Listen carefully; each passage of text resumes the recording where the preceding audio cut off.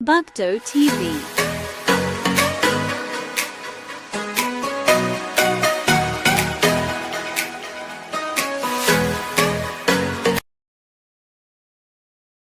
Par, may sasabihin ako. Ano yun, Par? May sasabihin din ako. Sige, ikaw muna. Nag-chat yung crush ko. Yung kinakwento ko sa'yo. Sino dun? Dami mo kasing crush eh. Lotte Mong, isa lang crush ko. Ano nga pala sinabi sa'yo? Ba't mukhang kilig na kilig ka dyan? Sabi niya, sorry daw, ngayon lang daw niya nabasa ang message ko. Sus, nagbalusot lang yun. Marami talagang kachat yun. Kaya ngayon lang nabasa chat mo. Malay mo naman talaga, busy, di ba? Parang kilalang kilala mo. Itsura pa lang nun, parang hindi ka na seryosohin. Sus, paano mo naman nasabi? Mukha naman mabait siya. Naku par, basta ako, nagpapaalala lang ako. Alam mo naman diba, ayokong nakikitang umiiyak yung best friend ko. Oo na, Par, promise. Mag-iingat na ako. Siguraduhin mo lang, pag nakita talaga kitang umiiyak ng dahil doon, bubugbugin ko talaga yun. Grabe ka naman, Par. Teka, ano nga pala sasabihin mo? Wala, nakalimutan ko na eh. Sus, ano nga?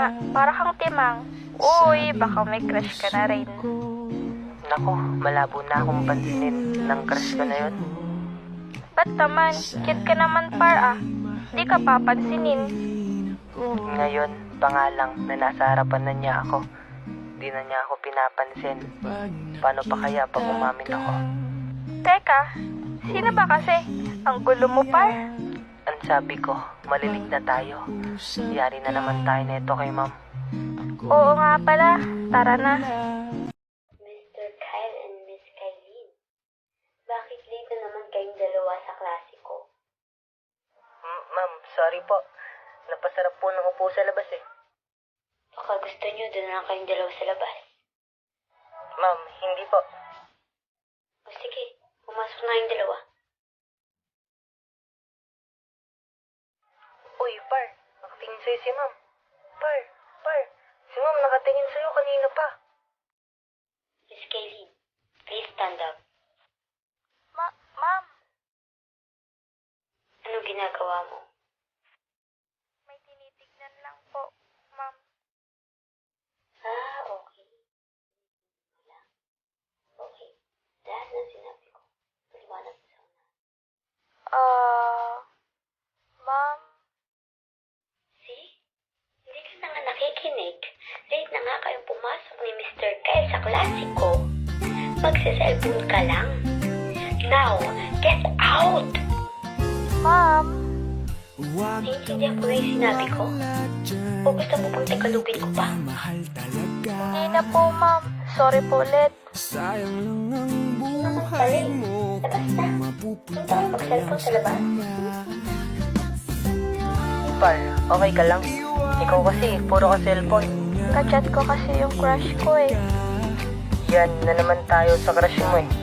Mamaya, yan pa yung maging dahilan ng pagbagsak mo. Grabe ka naman.